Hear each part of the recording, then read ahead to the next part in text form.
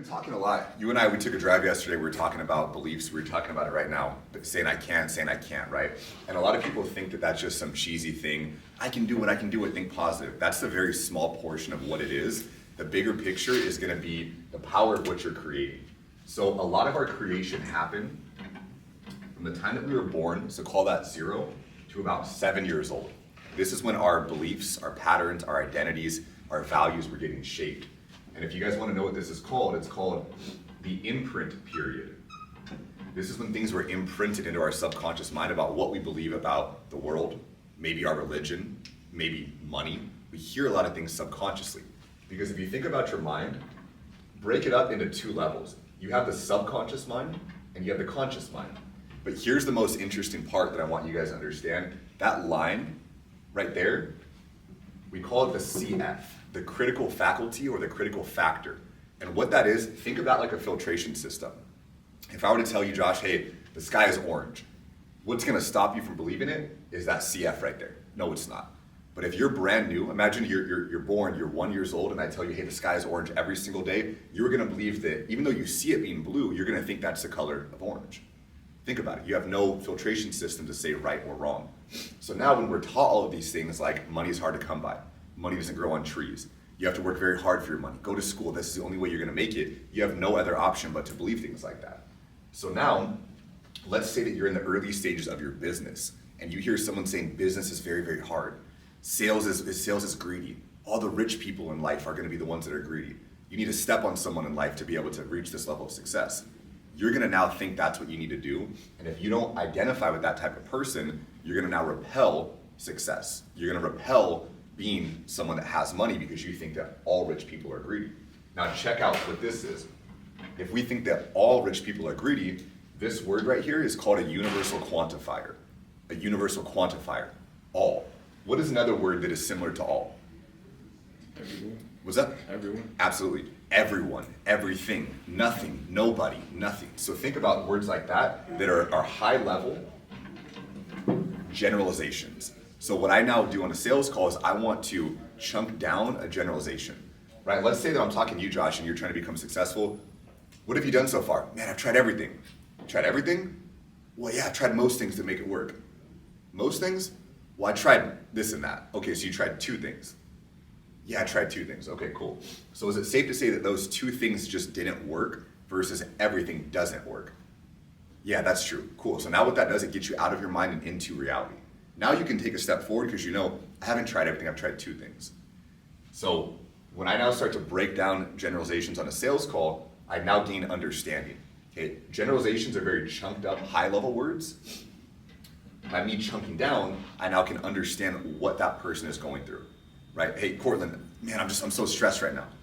Is stress high level or low level? Is it chunked up or chunked down? Chunked up, right?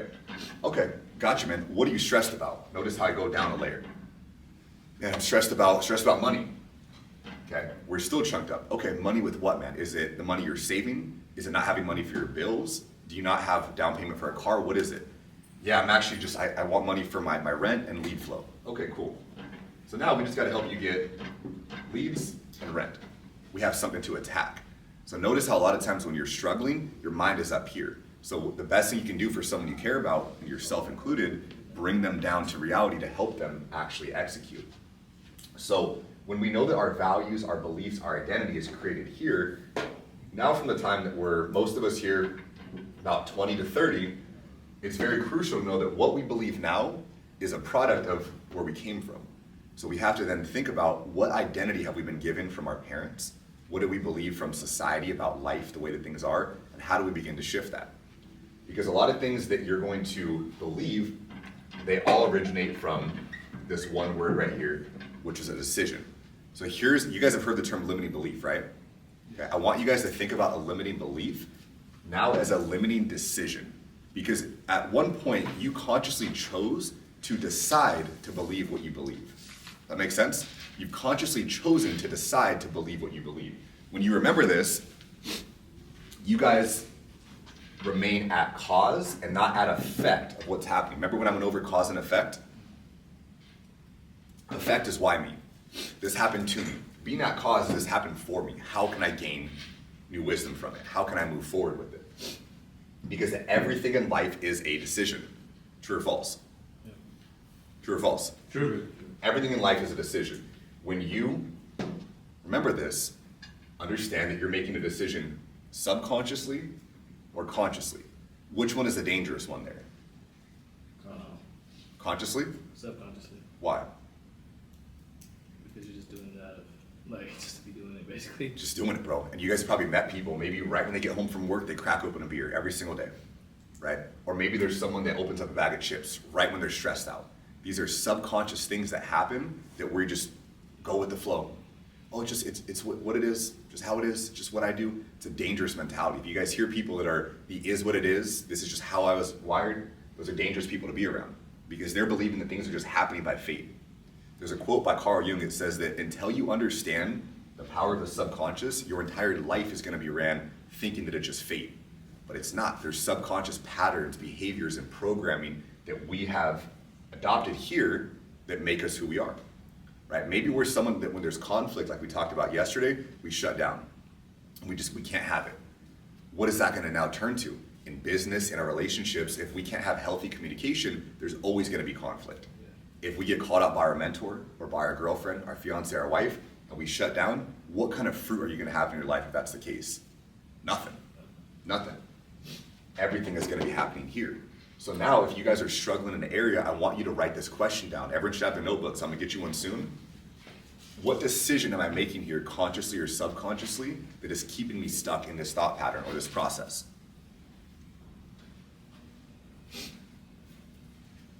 Okay. So we have the imprint period. We went over the generalizations, right?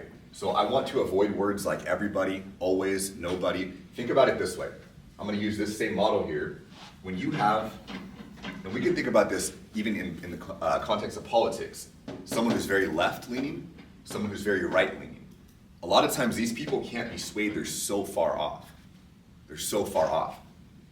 But in life, if you want to be a powerful communicator, you need to understand the power of the bend and the flow.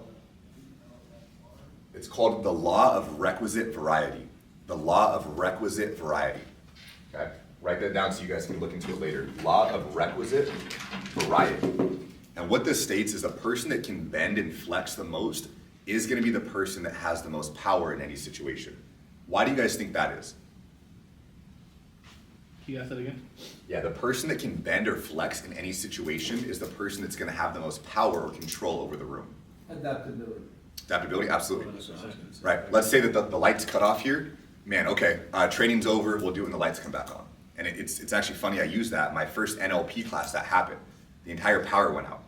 And it was coincidentally right before the trainer was going to talk about this. Maybe he brought this up at a certain time for that reason. But what he did, everyone, oh my gosh, what's going on? He put his phone flashlight on, didn't say a word, but kept going.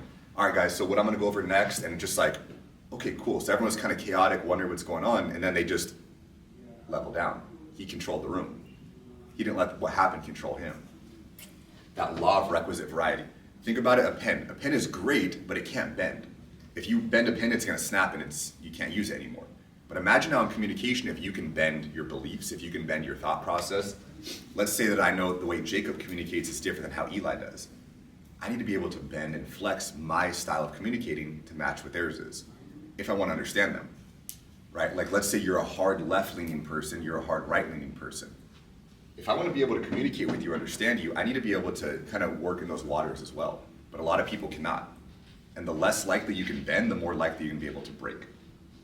So always avoid words that are all, everybody, nobody, because the second that I say, well, everybody, Jacob, what about that one person who's not? Your entire argument is invalid. Your entire idea is invalid, right? All salespeople are greedy. So check this out now. Let's say that you believe that, Kevin. All salespeople are sleazy, for example. I can say, well, hey, do you know one person in your family that's ever done sales? Well, yeah, my dad did it back in the day. Is he sleazy? No. So then now, not everybody is sleazy, but the people you know are. Is that safe to say? Yeah, okay. Notice how I just completely crushed that entire argument. Or man, there's no girl out there that's going to be interested in me. There's no guy out there that's going to, not one, or just the ones you've met. Man, there's nobody in this city that is going to be networking to help you get the next. Nobody or just the people that you know? Well, yeah, okay. So avoid words that are these generalizations or universal quantifiers. Does that make sense? As to the why? That's great. So the next thing I want to go over is that when we understand where everything originated from, we now know that it can be changed. And this is a concept, I'm going to summarize it here. I don't want to spell it wrong on camera. But no, it's neuroplasticity. I'm going to put NP. It's a horrible P, but NP, neuroplasticity. Who's heard of that term before? I've heard of it, but never understood what it was. What does it mean? So, I've heard it, but I don't remember much about it. So what it is, it's the meaning, and it's not just a concept or a belief, but it's been proven our brain is flexible. Think about it like plastic. Plastic is very malleable, can be shaped. Our brain can as well. So if I believe that money was hard to come by, if I believe that sales is very hard to do, I can change that belief. So I want you guys to write this down. Everything that was once learned can be unlearned. Every belief, every idea, every behavior, every thought that was once learned, I can unlearn it. True or false, Eli? True. Why? Based off of your disciplines and pretty much what it is that you see for yourself in your vision. Yeah, you can change it. Believe something different. Milton? It's not an innate trait, it's a learned behavior. It's two different things. One's an innate trait, and the other one's learned behavior. Right, absolutely. And a lot of this is, I don't like using this word, but think about the word trigger. A lot of us have triggers to do something. Let's say if we're presented with, hey Cortland, why didn't you do this? Oh dude, I did. You know, I didn't mean to do this. You can have a trigger or a response based on something that happened during this time. Maybe your parents would always question you on why you didn't do your homework. And you'd have to justify and explain. So now in business, when your mentor questions you, you over-justify, you over-explain. Versus saying, okay, cool, I'll use that feedback. The dangerous part though is this is happening the subconscious. So notice how I use this analogy. Why did I not cut it in half? Because it's not. It said that your subconscious is over 90% of what makes up your entire brain, and the conscious is less than 10%. And there are studies, to be honest, that show even like 98% is subconscious and the 2% is your conscious brain. Everything is happening beneath the surface. Think about it. How did you get to work today? Because I chose to drive. Did you think about every red light you hit, or every green light, or I have to put my brakes on at this time? Of course not. Or how to get on? Let me ask you this. When you put your pants on, what leg do you put on first? You don't know, but I guarantee you it's the same leg every single morning. That's all my right leg. That's true, my right leg. Not even thinking about that, It's my right one. right? So- when you shower, when you're showering in the morning, think about it this way. Most of you here, you probably don't think about it, but you probably start showering the same part every single time. So all of our life is going now at the subconscious level. So until you get conscious of what's going on, your entire life is just happening beneath the surface. So you're either living your life by design or by default. Design is creation. You get to design it, you're the creator. Default is just you're going with the flow. In life, you never want to be someone going with the flow. You want to create the flow. So when you understand this power here, now understand, if something is coming into your subconscious mind, you're letting it. It's a belief. So now here's what I want you guys to be conscious of, and here's where I land the plane. For just this week, the next 7 days, be very aware of what you let in to your filters. Because we're experiencing the world through a few different senses here. I'm going to write it down here for this acronym. VACOG. Visual, auditory, kinesthetic, olfactory, and then gustatory. So pretty much visual is what we see, auditory is what we hear, kinesthetic is what we can actually touch, olfactory and gustatory what we smell, what we taste. Those are the 5 senses we have. You guys probably heard of he has a 6th sense, right? What's the D? What? Olfactory is the smell, but what's Yep. the D? The last one is gustatory, taste. That's the only way we can experience the world. Those 5 senses. Can you tell me a different way? Intuition. Right, and there's no substance behind it. It's more of a feeling we have internally. That would be when people say he has a 6th sense. My 6th sense is telling me this. But these are the 5 that every single thing we can point back to. So now, think about it this way. Let's say that this is the world. The world is bombarding us with information here that leads back to these 5 senses. So when it leads back to these 5 senses, it's coming here. We're taking it in consciously. You can either let it seep through your conscious mind into your subconscious mind, which then gets engraved. That's again, your values, your identity. That's the deep level of who you are. Consciously is what you need to think about. A good example of that, your car stick shift, right? Yeah. So when you first, didn't you say you're having issues like learning how to drive it? Yeah.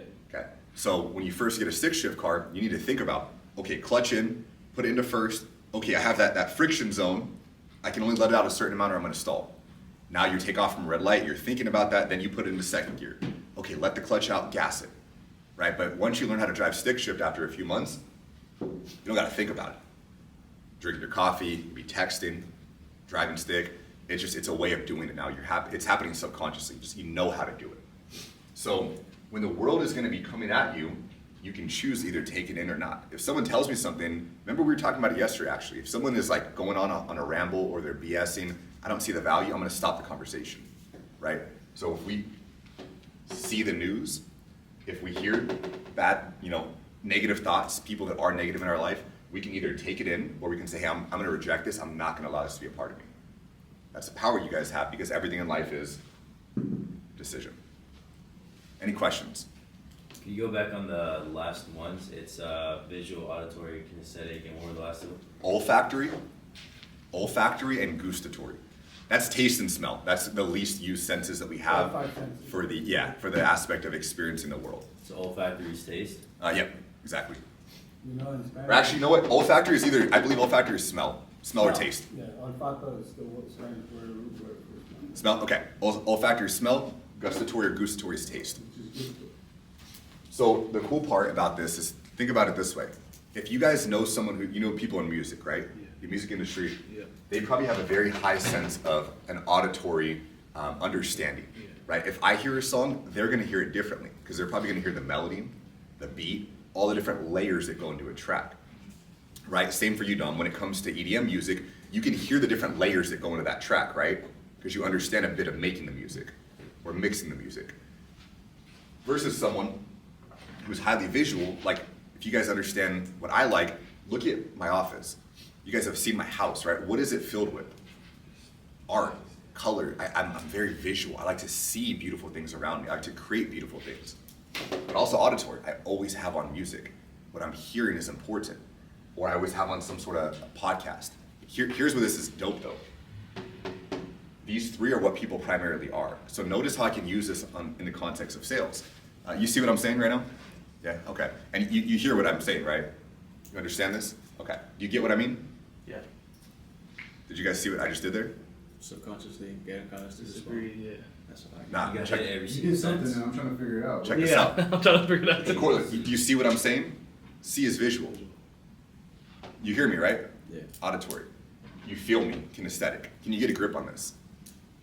I'm hitting to every one of these senses here. And people use these senses in everyday life. We all have all of them, but some people are more of one than the other. So now, think about it this way. I can say something like, is this clear to you? Does that ring a bell? You get like a good grasp on what I'm saying right now, right? Is that clear? Visual. Is that ringing a bell? You hear me? Are you understanding? Kinesthetic. Can you feel me? Do you get a grip on this? People will even say that. Yeah, I feel you. I feel you. I feel you. Versus other people, I hear you. I hear what you're saying. That makes sense. Other people, yeah, I see what you're saying. Yeah, totally, it's clear. You know, I just realized They're processing information visually, auditory, or kinesthetically. Yeah. Do you think that whoever might say that, oh, like I hear you, I see you, I feel you, do you think that they're more inclined to be more attached to one of those like physical responses? Absolutely. What I say often is, oh yeah, I feel you. Yeah. And I'm also a very touchy, physical person. Absolutely. That's something that's clicked to me right now. And think about this, you talk slower. Myself, a lot of other people, we talk very fast, right? So a lot of people that are more kinesthetic, think about someone from the South. Hey, how's it going? Good to see you. They're very touchy, right? They laugh, they hit you. They're just that very kind of cozy, huggy person. They oftentimes are more kinesthetic in that. So I want to use more words like that. I feel you. I get a grip on that. Is that concrete for you?